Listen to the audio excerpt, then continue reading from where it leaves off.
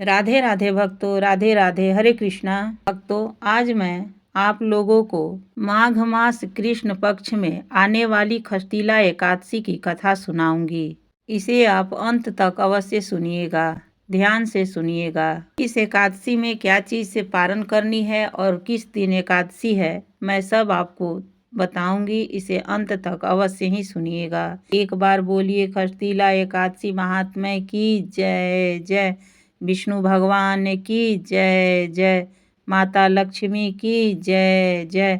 राधे कृष्ण राधे कृष्ण राधे कृष्ण। हे प्रभु। भक्तों, इस एकादशी का व्रत सभी को करना चाहिए। इस एकादशी का व्रत करने से मनुष्यों का निरोग काया की प्राप्ति होती है, धन धान्य की प्राप्ति होती है, सभी पापों की नाश होती है, लक्ष्मी की प्राप्ति होती है। इसलिए मूर्खता त्याग कर इस एकादशी का व्रत सभी को रखना चाहिए। ध्यान से सुनिए। एक समय दालभ्य ऋषि ने पुलस्त्य ऋषि से पूछा, हे मुनीश्वर, मनुष्य मृत्यु लोक में ब्रह्म हत्या आदि महान पाप करते हैं और दूसरे के धन की चोरी, दूसरे की उन्नति देखकर ईर्ष्या आदि करते हैं, परंतु फिर भी उनको नरक प्राप्त नहीं होता। सो क्या कारण है? वह कौन सा अल्प दान या अल्प परिश्रम करते हैं जिससे उनके पाप नष्ट हो जाते हैं? यह सब आप कृपा पूर्वक कहिए। इस पर पुलस्त्य महात्मा बोले, मुनि, आपने मुझसे अत्यंत गंभीर प्रश्न पूछा है। इससे संसारी जनों को बहुत लाभ होगा। इसको इंद्र आदि देव भी नहीं जानते, परंतु मैं आपको यह गुप्त भेद अवश्य ही बताता हूँ। माघ मास के आने पर मनुष्य को स्नान आदि से शुद्ध रहना चाहिए और इंद्रियों को वश में करके तथा काम, क्रोध, लोभ, मोह, ईर्ष्या, अभिमान आदि का स्मरण नहीं करना चाहिए। उसको हाथ पैर धोकर पुष्प नक्षत्र में गोबर, कपास, तिल मिलाकर उबले बनाना चाहिए। उन कंडों से 108 बार हवन करे और यदि उस दिन मूल नक्षत्र हो, द्वादशी हो तो नियम से रहें। स्नान आदि नित्य क्रिया से शुद्ध होकर भगवान का पूजन कीर्तन करना चाहिए। एकादशी के दिन व्रत करें और रात्रि को जागरण तथा हवन करें। उसके दूसरे दिन धूप दीप नैवेद्य से भगवान को पूजा करें और खिचड़ी का भोग लगाना चाहिए। उस दिन कृष्ण भगवान का पूजन करना चाहिए। उनको पेठा, नारियल, सीताफल या सुपारी सहित अर्घ्य देना चाहिए और फिर उनकी स्तुति करनी चाहिए। हे भगवान, आप अशरणों को शरण देने वाले हैं। आप संसार में डूबे हुए का उद्धार करने वाले हैं। हे पुंडरीकाक्ष, हे कमल नेत्रधारी, हे विश्व भगवान, हे जगत गुरु, आप लक्ष्मी जी सहित मेरे इस तुच्छ अर्घ्य को स्वीकार कीजिए। इसके पश्चात ब्राह्मण को तिल दान करना चाहिए। इस प्रकार मनुष्य जितने तिल का दान करते हैं वह उतने ही सहस्त्र वर्ष स्वर्ग में निवास करता है।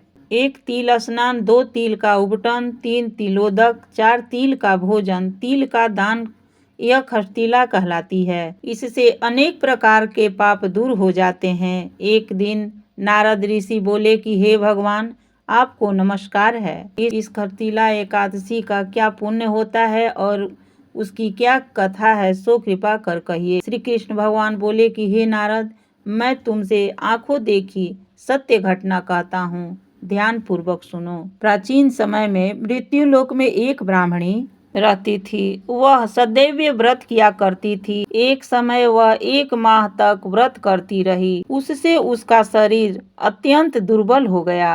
वह अत्यंत बुद्धिमती थी, परंतु फिर भी उसने कभी भी देवताओं तथा व्रतों से अपना मन अस्थिर नहीं किया। इस प्रकार मैंने सोचा कि ब्राह्मणी ने व्रत आदि से शरीर शुद्ध कर लिया है और इसको वैष्णव लोक भी मिल जाएगा, परंतु इसने कभी भी अन्नदान नहीं किया। इससे उसकी तृप्ति होना कठिन है। ऐसा सोचकर मैं मृत्युलोक में गया और उस ब्राह्मणी से अन्नदान मांगा। वह ब्राह्मणी बोली कि हे महाराज, आप यहाँ किस लिए आए हैं? मैंने कहा, मुझे भिक्षा चाहिए। इस पर उसने मुझे एक मिट्टी का पिंड दे दिया। मैं उसे लेकर स्वर्ग लौट आया। कुछ समय बीतने पर वह ब्राह्मणी भी शरीर त्याग कर स्वर्ग आई। मिट्टी पिंड के प्रभाव से उसे एक जगह एक आम वृक्ष सहित एक गृह मिला।